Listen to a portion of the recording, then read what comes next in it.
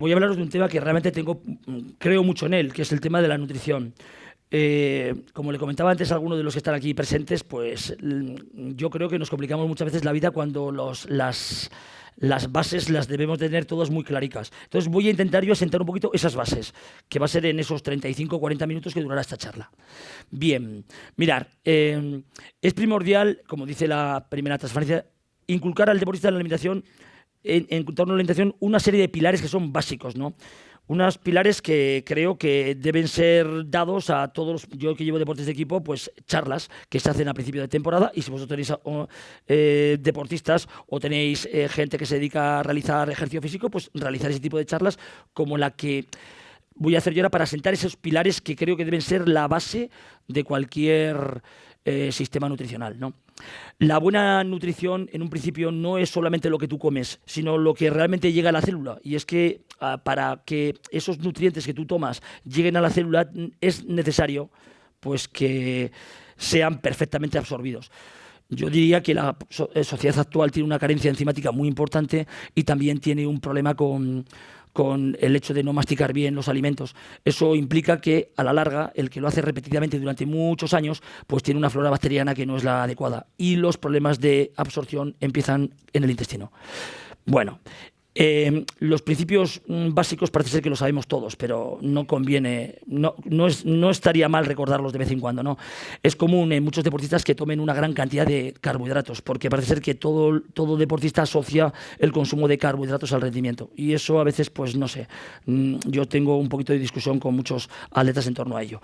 Entonces toman muchísimos alimentos que son refinados, ¿no? Que se toman muchos arroces refinados, pastas refinadas, azúcares, dulces, etcétera. Entonces lo que es, no consiguen el rendimiento adecuado, y encima lo que consiguen es una depleción de algunos nutrientes que son básicos, que son esenciales. Entonces empiezan a desgastar en su cuerpo vitaminas del grupo B, sobre todo la vitamina B1, y otros nutrientes como pueden ser algún mineral como el magnesio, ¿no? Por citar unos pocos ejemplos. De eso ya hablaré un poquito más adelante. Por lo tanto, yo diría que una de las bases principales de los pilares que debemos dar es que el atleta, sobre todo en función de qué nivel tenga, pues debe de reducir ese tipo de carbohidratos refinados, ¿no? E incrementar algunos carbohidratos ya más integrales y que son mucho más saludables y que tienen muchos más nutrientes, como son, por ejemplo, el arroz, la legumbre, los guisantes, la avena, etcétera. Reducir muchísimo el número de alimentos procesados, la artificialidad nutricional que tomamos, ¿no? Los alimentos con una gran carga química. Hay gente que me dice si las salchichas son buenas, si son malas, si las salchichas, o sea, si muchos alimentos, digo, bueno, si tiene mucha química no es bueno. Es decir, esa química luego la tienes que quitar de tu cuerpo, y los procesos hepáticos van a ser mucho más fuertes, por lo tanto te van a agotar. Es decir, que la recuperación va a ser más tardía. No es bueno abusar de las bebidas que tengan mucho colorido, mucho edulcorante, mucho potenciador de sabor, ni los alimentos que tengan mucha carga química. Es bueno, como pilar básico, decir que no se tome eso. Bueno, hay que incorporar aceites de calidad, porque nuestras membranas celulares están hechas con grasas de calidad, es decir, ácidos grasos omega 3, ácidos grasos omega 6, o sea, que haya un equilibrio entre estos ácidos grasos esenciales. Hay que reducir la sal refinada y tomar otro tipo de sales mucho más completas, ¿no? Que estén todos los oligoelementos que requiere nuestro cuerpo para funcionar, que no sea solo cloruro sódico. Hay otro tipo de sales que ya conocéis. No abusar tanto de los lácteos, sobre todo de la leche y otros productos que igual pues la gente pues piensa que son tan sanos y en algunos no lo son. Entonces hay gente pues como que empieza ya con un colacao y luego sigue merendando yogures azucarados y cena y termina con otro colacao. O sea, y eso al final pues puede tener una serie de consecuencias negativas, no va muy bien. Luego hay que incrementar alimentos que son muy completos y que los tenemos muy fáciles de conseguir, que nos hemos alimentado todas las generaciones de ellos, como son los frutos secos y las semillas, que tienen un montón de nutrientes de los cuales somos carentes, y hablaremos enseguida de ello. Entonces, para mí, esos son como una serie de los pilares básicos. Entonces, cuando hablamos de qué es comer bien, pues comer bien es simplemente esto. Comer bien es ingerir aquello que el ser humano ha comido a lo largo de todo su proceso evolutivo. Es como si me dijeseis, como si me preguntarais qué es comer bien para un delfín. Yo diría, comer bien para un delfín es lo que han comido siempre los delfines en el mar, no lo que comen ahora en piscifactorías. El ser humano se ha convertido en un ser de piscifactoría. Va a la piscifactoría, en el supermercado coge cosas de piscifactoría, cuando si yo fuera delfín no iría más que a la pescadería. Pues nos pasa un poquito eso, que nos hemos confundido. Cuando una persona come mucho de piscifactoría, al final ya no sabe qué comer. Nos está pasando eso. No abusar tanto de los alimentos procesados y manipulados. Ir a un supermercado y que la mayor parte de la cesta contenga alimentos vegetales, que es lo que más ha consumido el ser humano, alimentos vegetales. Es así, es lo más fácil de encontrar. Si nos sueltan a todos al monte durante 6 semanas, veréis como que lo que más habéis consumido lo anotáis y veréis que son vegetales. Verduras, frutas, semillas, cereales integrales, legumbres y proteínas de calidad deberían ser los componentes mayoritarios de nuestras cestas. Eso es una clave importante. Bien. ¿Qué no es comer bien? Bueno, comer bien es, pues no es comer bien abusar de todo aquello que se ha ido introduciendo en los últimos años de nuestro proceso evolutivo. ¿Qué hemos ido introduciendo? Pues un montón de cosas que no van bien. Decimos que el ser humano es un animal que puede comer de todo. Eso no es cierto. Ningún animal puede comer de todo. Solamente come todo el cerdo. Y entonces el ser humano, cuando se prueba, los caníbales prueban y dicen, ahí va, sabe igual que el cerdo. Somos animales inflamados. Es decir, que cuidado con eso. Harinas, azúcares, dulces, bollerías, procesados, alimentos con alta carga química, refrescos, productos. Al final comemos productos, no alimentos. Si a mí me dijesen cuánto es lo que hay que tomar de eso, yo diría nada, cuanto menos mejor. Si me preguntaran cuánto de eso tiene que comer un león, pues nada. Y bueno, ¿y cuántos gin tonics tiene que comer una cebra? Bueno, ¿cuántos gin tonics tiene que tomar una cebra? Pues ninguno. Hombre, le das uno de vez en cuando, bien. Pero y nosotros, joder, pues somos igual que los mamíferos. De vez en cuando, digamos. Pero también se lo das al animal. Es decir, que todos tenemos el sentido común para saber lo que tenemos que comer y lo que tenemos que beber. Otra cosa es que lo hagamos. Somos animales, somos mamíferos. Respondemos bioquímicamente como la mayoría de ellos. Pero claro, la educación nutricional empieza con esto. Hay que masticar mucho, por muchas razones, fundamentalmente porque las enzimas, hay varias enzimas que si no están en cantidades adecuadas, pues el cuerpo no puede digerir. La primera enzima es la tialina, que está en la saliva. Si la tialina no se pone en marcha, las demás enzimas de otras partes del cuerpo tampoco están en marcha y no se digiere bien. Y luego la gente tiene problemas intestinales, que si tiene hinchazones, reflujos, yo no sé lo que es eso, ni lo quiero saber, pero para eso hay que masticar hasta convertir las cosas como en agua. No hay que beber nunca agua en la comida, no hay que poner un vaso en la comida, vamos. Hay que beber el agua fuera de la comida y beber lo que comes. Primer punto, hidratación fuera de las comidas, salvo infusiones digestivas y en cantidad moderada. Y luego cuidar la flora bacteriana, porque si tenemos una flora inadecuada, pues al final eso repercute también en nuestra salud y en nuestras digestiones, en nuestro estado de ánimo, en nuestra vitalidad. Y la flora se genera con la alimentación. Tú coges una alimentación una alimentación adecuada durante semanas y la persona cambia de flora en gran parte. Le vuelves a la alimentación normal, entre comillas, y la flora vuelve a estar la de antes. O sea que hay que tener mucho cuidado con ello. Incrementar el consumo de alimentos vegetales pues de calidad, pues teniendo en cuenta cereales integrales, frutos secos, legumbres. Es decir, que los nutrientes que se encuentran en esos alimentos no se encuentran ni en los mejores batidos del mundo. Es decir, que a ver qué nutrientes se equiparan a unas vegetales de hoja verde y unas legumbres. En cantidades, los nutrientes que hay ahí, algunos no se han podido ni fabricar. Bueno, tratar de que un alto porcentaje de la alimentación esté compuesta por alimentos crudos. Es importante eso. Los alimentos crudos son los que más contacto hemos tenido y ahora algunos no los toleran. Es decir, que los alimentos, hay muchas vitaminas que son termosensibles, que se destrozan por la acción de la temperatura. Y bueno, está bien de vez en cuando pues aumentar ese consumo de vegetales crudos o salteados. Unas verduras salteadas conservan mejor los nutrientes, tanto los minerales como esas vitaminas termosensibles. Utilizar aceites de calidad y tener en cuenta y muy en cuenta lo que hacemos. Es decir, que si yo voy con mi equipo, yo no voy a comer como mi equipo. Es decir, yo no juego el partido. Entonces yo no voy a comer como el que juega el partido. ¿Entendéis un poquito? Es que al final tenemos que utilizar mucho el sentido común. Entonces, claro, tú come lo que debes cuando debes, porque si no el cuerpo tendrá una respuesta bioquímica que igual va en tu contra. Os explicaré eso un poquito también.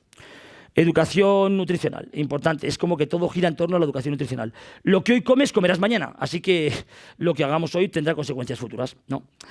Lo malo es que como generemos hábitos incómodos, incorrectos, pues al final los hábitos se quedan para toda la vida, porque son acciones repetidas. Entonces, lo que los padres llevan a casa pues determina la futura educación nutricional del niño. Es decir, que los padres no compren química, que compren alimentos, no productos. Yo, por ejemplo, cuando he comprado yogures naturales para mis hijos, yo nunca he comprado un yogur de colores, jamás. Natural, punto, eso es eso. Claro, el chaval no conoce otra cosa. Empieza comiendo eso de que es niño. Entonces ya los demás les parecen, pues les sabrá raro. Ahora, si le ponemos yogures de colores, de fresa, de multifrutas, pues el chaval dirá, el natural es una porquería. Es como si le traes cocaína en casa, le va a gustar. Pues no la tengas. No compremos galletas ni productos de ese tipo. Entonces, los primeros que tenemos que concienciarnos somos los padres. Es decir, que lo que ponemos en la despensa es lo que los chavales van a coger.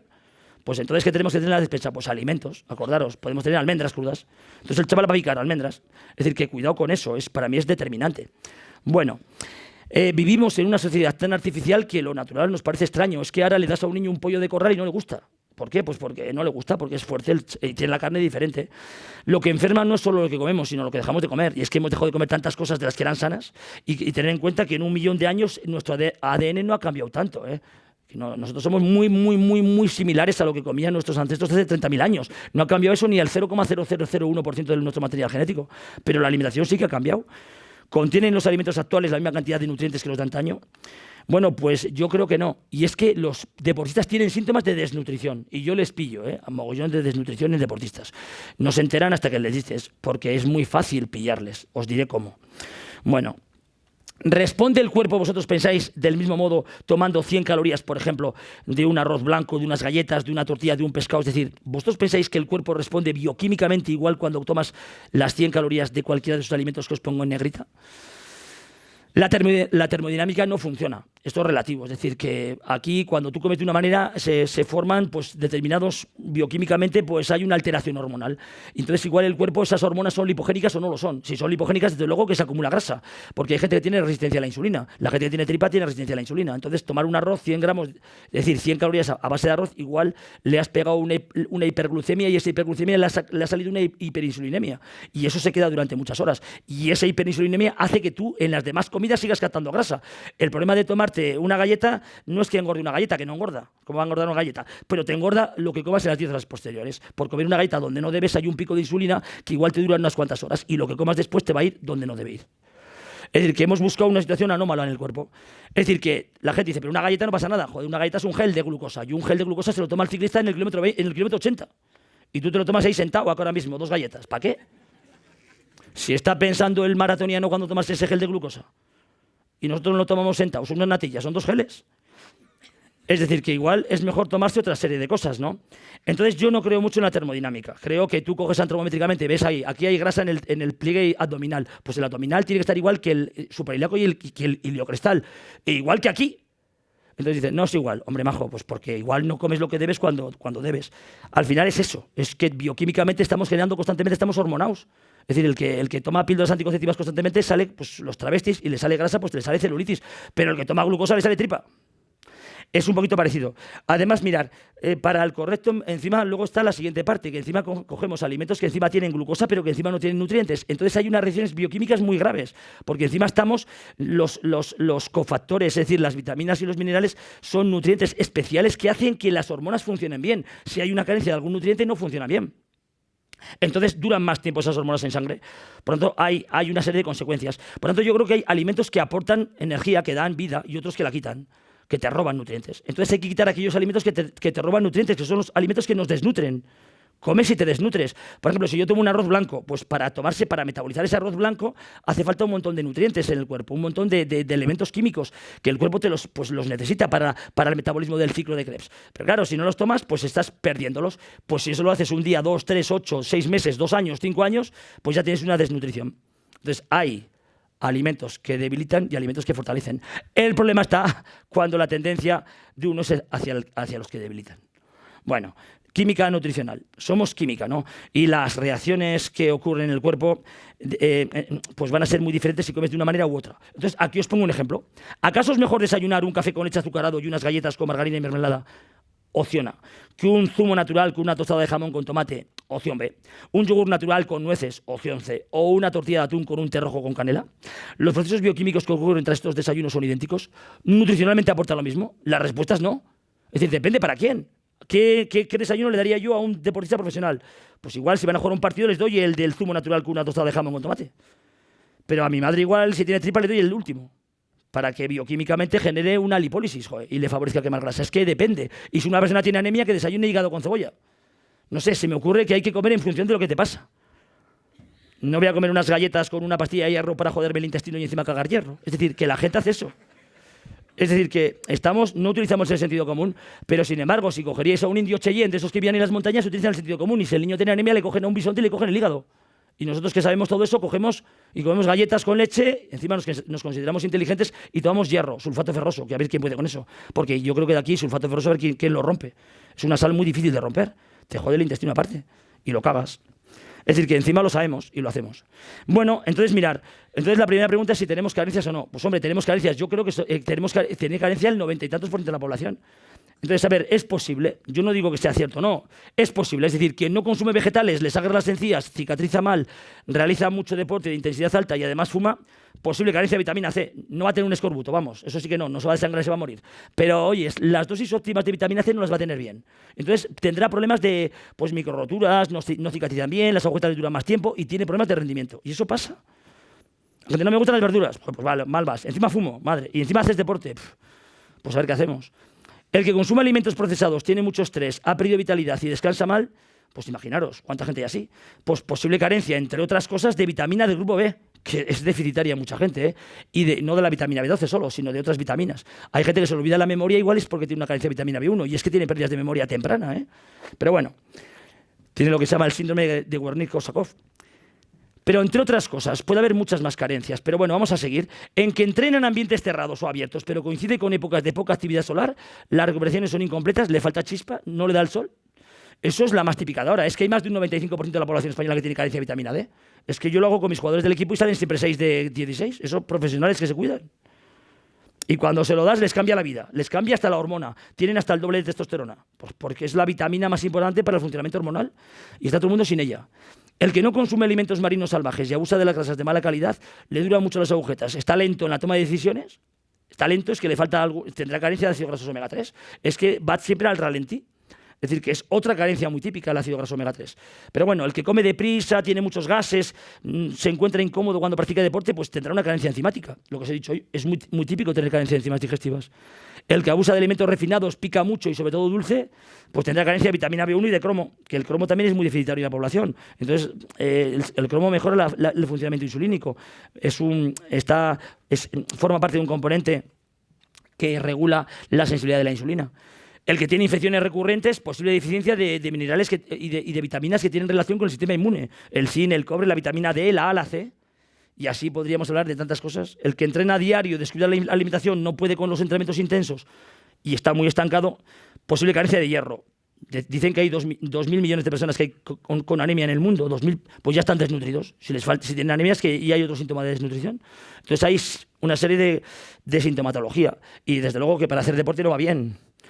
Y luego a quienes el no me gusta es habitual en su día a día y su alimentación gira alrededor de harinas, cereales, dulces y carnes, pues imaginaros, carencia segura de mogollón de cosas. Y hay signos de irritabilidad, fatiga y falta de concentración. Es decir, que es que nos encontramos a niños cansados. Yo que soy profesor de educación física, pues la verdad es que yo digo, joder, si estáis cansados a los niños, digo, si es que el cansancio en niños no tiene que existir, estoy cansado, eso no tiene que existir. Es como que es algo atípico, anormal. Que me digas que con 80 años tienes cansancio, bien, pero con 16 no. Pues es una cosa que los chavales van irritados y fatigados, van cansados a las aulas. Bueno, aquí come en función de lo que haces. Mirar, pues aquí hay que aprender a leer los signos y corregir las carencias, lo cual no estaría fácil. Hay que educar en nutrición, puesto que no vale con desayunar cualquier cosa, como dice mucha gente. Y como dicen muchos, ¿qué cenas? Lo que pillo. Es que es como si tienes a un caballo de carreras, que le das al caballo de carreras que vale 2 millones de euros. Lo que pillo. Pues no le puedes dar, ¿a que no? No le darías, porque vale 2 millones de euros. ¿Y vosotros por qué? Aquí tengo a 3 deportistas conocidos aquí está Les Costoya, hoy está en la Edad. Este chaval ha fichado, jugó en la selección española absoluta. Conmigo bajó 15 kilos el primer año. Le bajé, porque no rendía 100%. Ahora está jugando en la Edad de León y le ha fichado un equipo francés, el Chambéry. Hoy está jugando las semifinales él. Aquí está Joseba, este chaval hay que hacerle un monumento, el del centro. Campeón del mundo de patinaje de velocidad. Ha hecho los 3 récords del mundo de 100, 200 y 300. Los tiene absolutos. Y seguirá batiendo el récord del mundo. Seguirá mejorando sus marcas. Tiene datos de velocidad que no tiene ningún registro, ningún velocista nacional. Es una pasada y es patinador, el mejor patinador mundial. Y luego aquel es un pelotari, 38 años. En Navarra los pelotaris, pues Abel Barriola, pues otra persona que es ejemplar en su deporte. Bueno, pues son gente pues que come en función de lo que hace, que se cuidan en esos aspectos. Se cuidan, tienen en cuenta su factor nutricional. Claro, nadie va a tener un escorbuto, está claro, ¿no? Pero es que las vitaminas que aparecen en las naranjas, en los cítricos, tienen las dosis adecuadas cuando están cogidas del árbol maduras, pero es que las cogemos inmaduras y las maduramos artificialmente. Cuando una de estas frutas está invadida por radiaciones solares, pues se defienden y sacan más antioxidantes, pero cuando no tienen ese proceso, pues son, pues así son las frutas que nos comemos, pues están un poco desnutridas también. Bueno, el déficit de magnesio es que da tanta patología, pues es que hablaríamos del magnesio y tendríamos 3 horas aquí con el magnesio, porque como participa en más de 300 procesos metabólicos, pues al final pues las consecuencias pues no estás bien, pues se te suben las bolas, tienes calambres, te duele la cabeza, te duele la espalda, pues que no estás. Es común. Por hablar de algunas que os suene gráficamente, he puesto algunas fotografías. Vitamina D, pues bueno, a ver dónde está la vitamina D, dónde la encontramos. Como no vayamos a comer aceite de hígado de bacalao, ahora lo venden en conservas. El hígado de bacalao, pues estaría bien tomarlo de vez en cuando, pero es que el sol es la mayor fuente. Pero claro, la vitamina D interviene en tantas cosas que os he puesto un poquito, porque de la vitamina D ya he escrito un artículo, lo podéis leer en Google, Javier Ángulo, vitamina D, y tendréis el artículo. Pero claro, cuando está baja la dosis de vitamina D es que pierdes todo, pierdes fuerza, velocidad, pierdes todo. Hay más fracturas por estrés, hay una caída de testosterona si no está bien, hay un fallo en el sistema inmune y coges más catarros en invierno. Es decir, que es que hasta estás más inflamado. La vitamina D es importantísima para un deportista y generalmente la tiene baja. Es que tienen vitamina D baja hasta los canarios. Dicen que el 90% de la población. Por algo, igual es que se toman demasiadas cremas de protección solar y con eso la vitamina D no sale tampoco. Es decir, que habría que estudiar el por qué en los países también donde hay algo más de sol también hay bajos niveles de vitamina D. Lo que está claro es que la vitamina D, si está baja, la testosterona también. Los valores de paratormona que son inversamente proporcionales al estatus de esa vitamina, de la vitamina D. Y claro, los niveles altos de esa hormona, de paratormona, que saca calcio del hueso, entre otras cosas, está relacionado con una disminución de la condición física. Mucha gente que se rompe, que tiene fractura de estrés, digo, mírate la vitamina D. Y es que no es que no la tenga baja, la tiene súper baja. Bueno, entonces en caso de deficiencia, pero es que tampoco es hablar aquí de nutrientes, pero he cogido uno al azar, uno es este. En caso de deficiencia hay que suplementar. Mis jugadores ahora están tomando 4.000 unidades internacionales, los que tienen baja, y se toma por lo menos 2 mesecicos. Pero la mejor fuente es el sol, porque tomar un poquito el sol, un poquito, ya es como tomar 3.000 unidades, con estar 10, 30 minutos. Pero claro, un factor de protección de mayor a 15 reduce esta vía en un 90%. En fin, que al final es un poquito jugar con los factores de cuándo tomar, cómo tomar, pero yo os recomendaría leer el artículo que os comenté. Fuentes por 100 gramos, los animales salvajes, no los de piscifactoría. El salmón salvaje, el atún salvaje, todo eso, pues tienen más vitamina D que los que están en piscifactorías. Y luego, pues el hígado de bacalao tiene mucha. Por eso yo os recomendaría comprarlo en lata. Lo venden en Capravo y en Carrefour y en Mercadona están pidiendo hígado de bacalao, o sea, lo tienen ya en conservas. Pero bueno, es como una cosa más. Yo haría. Esto es una cosa muy importante. La gente se fija en las calorías y en las calorías no hay que contar nadie. El que cuente calorías se está perdiendo el tiempo. Hay una parte que es la densidad nutricional y la densidad energética. Digamos que los primeros alimentos que están arriba pues son alimentos pues, que tienen una gran densidad nutricional. Tienen muchos nutrientes. No tienen tanta energía, pero sí que tienen muchas vitaminas, muchos minerales, muchos antioxidantes, mucha fibra. Tiene todo lo que hace falta para funcionar. En cambio, los de abajo, pues bueno, tienen mucha... pues yo qué sé, pues mucha energía, sí, entre comillas, pues tiene mucho azúcar, tiene mucha grasa, pero no de mucha calidad. O sea, al final, pues lógicamente lo que pasa en la población actual es que la gente cuando los chavalicos van a tomar algo por ahí suelen elegir más de los de abajo que de los de arriba. Entonces, lógicamente, pues luego con el tiempo pues tendremos una sociedad con mucho sobrepeso y con mucha obesidad. Está claro, no hay otra. Dicen que va a haber una pandemia en el año 2030, que va a haber en España un 70% de sobrepeso y un 30% de obesidad, pues hay que frenar ya, empezar a elegir alimentos buenos. Entonces, claro, la alta densidad nutricional tiene un alimento como esto. Por ejemplo, esto es un revuelto de espinacas con champiñones, huevo, lógicamente, y tiene baja capacidad para engordar esto. Muy difícil engordar comiendo esto. Sin embargo, esto otro, pues claro, lógicamente, yo prefiero desayunarme esto, que es lo que desayuno más o menos, que desayunar esto. No. Pero la gente igual prefiere desayunar eso. Eso tiene una alta capacidad de engordar y una baja densidad nutricional. Digamos que dices que yo sin café no puedo vivir. Hombre, como si por la cafeína, pues estás buscando la cocaína, maja, estás buscando una droga, un estimulante. ¿Qué pasa? Yo sin café puedo vivir exactamente igual que con café. Lo que pasa es que, claro, como la gente está cansada y está desnutrida, pues necesita algo que le estimule. Pero claro, al final es que recurrir a la gente a las pastillas de cafeína con el tiempo. Es un poco que tenemos que nutrirnos bien. Bueno, ingestas... durante y post entrenamientos intensos y competiciones. Bueno, es que para mí esto es muy importante. Lo más importante en cualquier deportista es el equilibrio orgánico, restablecer ese equilibrio en el menor tiempo posible. Es decir, lo más importante es recuperar las reservas energéticas en el menor tiempo posible. En cualquier deportista. Es muy importante. Cuanto antes lo hagas, cuanto antes puedas entrenar, cuanto antes puedas volver a competir, mejor. Y para eso, lógicamente, tienes que estar bien nutrido y tener en cuenta que los depósitos de glucógeno muscular tienen que estar llenos. Es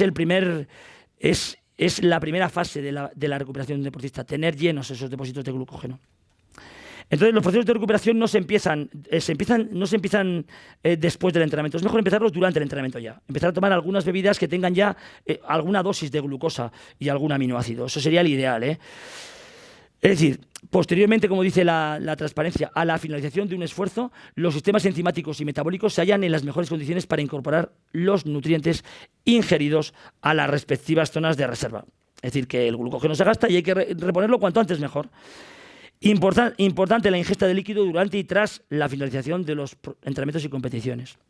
Los procesos de recuperación comienzan en la fase durante y tras la finalización de las actividades físicas y solo pueden ser acelerados con un buen descanso, una correcta hidratación y una adecuada alimentación rica en nutrientes e iniciada cuanto antes. Importantísimo. Aquí, si por ejemplo vemos a deportistas, se puede tomar alimentación antes, durante y post-entrenamiento. ¿Antes para qué? Como hacemos nosotros. ¿Por qué? Para quitar el hambre. Algunos tienen hambre del nervio. Y sobre todo para mantener los niveles de glucemia, porque los nervios, la adrenalina te vacía el glucógeno hepático, te lo va vaciando. Lógicamente, pues ese glucógeno pues es interesante tenerlo lleno. Pues entonces, antes hay que comer algo para rellenar glucógeno hepático. Bien, durante, pues hay que hidratarse, lógicamente, porque si no nos hidratamos, al final pues hay una pérdida de rendimiento. Evitar los descensos de glucemia derivados de la caída del glucógeno hepático y hay unos importantes efectos a nivel psicológico. Y luego después, pues bueno, inmediatamente después es para evitar los procesos catabólicos, porque sabéis que después de un entrenamiento el cortisol se incrementa mucho y hay un catabolismo alto inducido por el ejercicio intenso y hay que frenarlo, si no el cortisol sigue con lo suyo y sigue destruyendo músculo, porque hay aminoácidos glucogénicos que se convierten en glucosa y el cuerpo puede utilizar glucosa a través de esa vía. Pero claro, hay una sobrecarga hepática porque también deja un residuo de amoníaco mayor. Es decir, como que cuanto antes hagas las cosas bien, tu cuerpo se destruye menos. Es importante tomar algo antes, durante y después de los entrenamientos. Si tras un entrenamiento intenso el deportista no tiene en cuenta este aspecto, pues el cuerpo comienza a conseguir parte de ese glucógeno perdido. Lo que os he dicho, así se inicia un proceso catabólico muscular, gracias a la acción del cortisol, con una disminución de aminoácidos glucogénicos. Es decir, o comemos bien y pronto o perdemos masa muscular. Por lo tanto, es importante que el deportista tome durante esa primera hora post ejercicio lo que tiene que comer. Es más, a muchos dicen que se hidraten y tomen la cantidad suficiente de alimento y bebida como para recuperar el peso perdido y un 50% más. Es decir, que el que ha perdido 2 kilos tiene que recuperar 3. Y así la recuperación será mucho mejor y mucho mayor. Eso sería el ideal. Bueno, cuando el intervalo entre las sesiones de ejercicio es corto, los deportistas deben comenzar la ingesta de hidrato de carbono tan pronto como sea posible para optimizar el tiempo efectivo de recuperación. Esto mejora el funcionamiento del sistema inmunológico. La cantidad de hidratos de carbono ingerida tras el ejercicio es el factor de alerta que más influye en la recuperación de los depósitos de nutrientes energéticos. Y recargar cuanto antes, sin llegar a tener molestias intestinales, importantísimo. Y de nuevo, en la hora después de la práctica de entrenamiento de alta intensidad. Es decir, que tampoco recuperas en la primera toma, dependiendo de la intensidad y de la violencia del ejercicio. Esto ya sabéis vosotros, lo de la supercompensación, el aplicar bien las cargas. Es un poquito que este tipo de curvas que son muy teóricas, en la práctica deportiva son más complejas. Sobre todo un equipo profesional que igual entrena 2 veces al día o 3, como nosotros hacemos en pretemporadas. Entonces, claro, a calcular esto, tanto físicamente como nutricionalmente, no es fácil. Pero bueno, lo que está claro es que si yo pongo una curva de ese tipo y tenemos un partido el día 5, esto está mal hecho. Porque el día 5 llego cansado. Es decir, que igual lo he hecho bien el día 1, es decir, el día 1 entrenado y ya veis las curvas como van. El día 4 estoy más abajo y el día 5 estoy peor. Esto puede pasar. Hay mucha gente que juega cansada o que compite cansada porque ha hecho algo que no debía. Igual, ¿entendéis este tipo de gráfico? Lo explico. ¿Lo entendéis? Es decir, en el 1 yo entreno, aplico una carga, mi cuerpo baja de rendimiento. Es decir, que si yo corro 1000 metros en 3 minutos, igual luego no vuelvo a hacer ese tiempo en 2 días después. Pero al final, si tú consigues comer bien, descansar bien, igual pues mejoras unas décimas. Entonces, en el día 2 estás en condiciones óptimas para entrenar. Y así va pasando. Pero claro, el día 4 ha pasado algo. ¿Por qué en el día 5 no estoy bien? Bueno, porque igual salí de marcha, o igual no dormí bien, o igual no bebí lo que tenía que beber, o igual no comí lo que tenía que comer. Muy bien. Entonces, claro, eso es lo que pasa. Entonces, claro, la cuestión es esto. El ATP, es decir, el objetivo prioritario es conseguir llenar los depósitos de ATP en la mayor velocidad posible. Ese es el truco de cualquier deportista. Y entonces todos los sistemas que uno utilice en sus planificaciones deben girar en torno a ello. Es decir, que el cuerpo recargue sus almacenes energéticos. La hidratación es básica, ya os he dicho, el bajar el líquido, eso supone una depleción del rendimiento importante. Entonces hay que parar, hay que obligar a los niños, hay que parar para beber. Se para, se bebe y se sigue. Entonces tácticamente estás mejor, asimilas mejor todos los contenidos técnicos, tácticos que te diga el entrenador y luego estás mucho más recuperado. La rehidratación, por ejemplo, pues es importante, pues eso, una bebida que tenga no solamente agua, sino que también tenga sales y que tenga también algo de glucosa. Entonces eso hidrata mejor que el agua. Porque una cosa es que tú bebas agua y otra cosa es que se retenga en el interior de la célula. Entonces hay que intentar que se retenga, y el contenido en sales es importante, al igual que el contenido en glucosa. Ya sabéis que el glucógeno se introduce intramuscularmente y siempre chupa agua. Hay que tener muy en cuenta esto. Estos son dos jugadores míos, por ejemplo, de la Naitasuna. Antonio Bazán, el de la derecha, el de vuestra derecha, juega en la selección española absoluta. 105 kilos, más o menos un 95, es un chaval con un 11% de grasa y es un monstruo físicamente y en todos los sentidos. Y el otro es un sueco, un atleta, un 5,8% de grasa. Y ese chico, pues es de portero, lo quieren muchísimos equipos de la Liga Española y le ha fichado un equipo danés. Pues lo que digo aquí, variabilidad entre deportistas. Este Daniel Saldise, también lo llevo yo, y es un jugador de la selección española de fútbol sala. Juega ahí en Pamplona, en el Sota de fútbol sala, y lógicamente, pues cada uno de ellos pues come diferente, porque a pesar de tener índices de grasa diferentes, hay que ver cómo son cada uno físicamente y qué tipo de deporte hacen. Este es el caso de un chico que llevaba yo, que bajó unos 50 kilos en un año sin hacer ejercicio. Este caso fue sin hacer ejercicio, solo con dieta. Entonces, bueno, eso es manejar la nutrición un poquito. Aquí la gente, cuando quiere perder peso, es para alguna de esas cosas, para aumentar el rendimiento. En el caso de Joseba Fernández, que está a la derecha, para inclusión en una categoría de peso. Ahí tenéis a la derecha a Rubén Díaz, al boxeador, que es campeón de la Unión Europea de Boxeo Profesional y ahora será campeón de Europa Profesional si gana el título que viene. Pero a veces viene con 80 kilos y tiene que dar 72.600 en una semana en la báscula, que es con lo que compite. Por estética, por puntuación o por salud, yo qué sé. Hay muchas maneras de bajar el peso. Lo que está claro es que cuando una persona dice que hay que tomar hidratos después de los entrenamientos, hay que ver cómo está esa persona. Si estos dos deportistas hacen deporte de alta intensidad, solamente puede tomar hidratos de carbono una. A este tío, al de abajo, le vale con un poquito de agua y fruta, si con mucho caso. No le hace falta más. Y luego también es muy importante los deportes en función de la intensidad. Veis que aquí son deportistas que tienen la misma grasa los dos, lo mismo, velocistas y maratonianos, la misma grasa, un 5 y pico por ciento, un 6. Bueno, pero claro, cada uno pues tendrán que seguir los mismos principios, pero lógicamente adaptarnos a esa especialidad. Lo que está claro es que la grasa sobra. La grasa no vale para ningún deportista, salvo que no sea, yo qué sé, algún deporte en el cual haya que pesar 150 kilos y mover coches. Es decir, luego, lo que digo yo, las pirámides de la salud, podéis ver este artículo también, pirámides personalizadas. La pirámide se hace en función de cómo es uno. Es decir, no podemos comer todos igual. Si yo no hago nada, pues estaría indicada mejor lo de la izquierda. Y si un deportista es fibroso, más lo de la derecha. Esto podéis ver un artículo que se titula Pirámides personalizadas. Lo veis también en internet. Y veis que cada uno hay una pirámide para vegetarianos, otra para obesos, otra para diabéticos y otra, pues yo qué sé, pues para personas que estén bien, ¿no? Que no tengan problemas. Y otra para deportistas. En este caso os pongo a la derecha. Sería un poquito complicado explicarlas ahora, pero las tenéis ahí. Este trabaja conmigo, Luis Vera, es uno de los chicos que más maneja la composición corporal, y este entrena 2 días a la semana, no hace más, y no hace cardio, y tiene 48 años. Ese es Vicente, un paciente mío, que tiene los dos la misma grasa. Lo que ocurre es que Luis tiene esa genética, la de arriba, y el otro tiene aquella genética. Entonces, lógicamente, uno puede consumir muchos carbohidratos, que es el caso de Vicente, que es el de la izquierda. En cambio, Luis, el consumo de carbohidratos le da grasa a la cintura. Primero, porque no hace cardio, y segundo, porque su genética es muy lenta. Las genéticas lentas son las mejores. ¿Por qué? Porque si se cuidan, mantienen muy bien la masa muscular. Las genéticas rápidas son malas, porque tienen que estar todo el día comiendo para no perderla. Es decir, que uno, en estos casos, hay que afinar mucho y saber mucho de nutrición. Y luego, claro, éxito deportivo. Estas son las variables. Estas son las variables que tiene un deportista que tener en cuenta. Y con esto yo voy a terminar para que esté todo claro. La genética no se puede hacer nada con ella, pero los demás factores sí. El entrenamiento hay que saber planificarlo bien. Aquí tenemos nosotros nuestros casos que nos miden en centros de investigación para saber cómo tenemos que entrenar.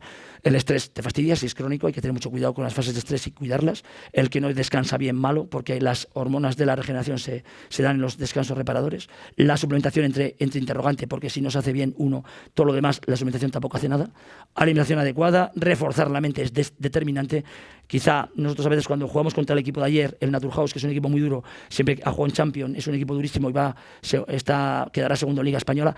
Nosotros a veces mentalmente cuando jugamos con ese equipo tenemos un poquito de miedo, entre comillas. Hay veces que no podemos por ese factor y eso tampoco es tan fácil. Por lo tanto, es importante que tengamos en cuenta todos esos patrones si queremos llevar un éxito a cualquier deportista. Y yo creo que con esto, aunque había alguna transparencia más, pero me imagino que os van a pasar todo esto, pues yo creo que con esto finalizamos, por si acaso queréis hacer 1 o 2 preguntas. ¿Os parece?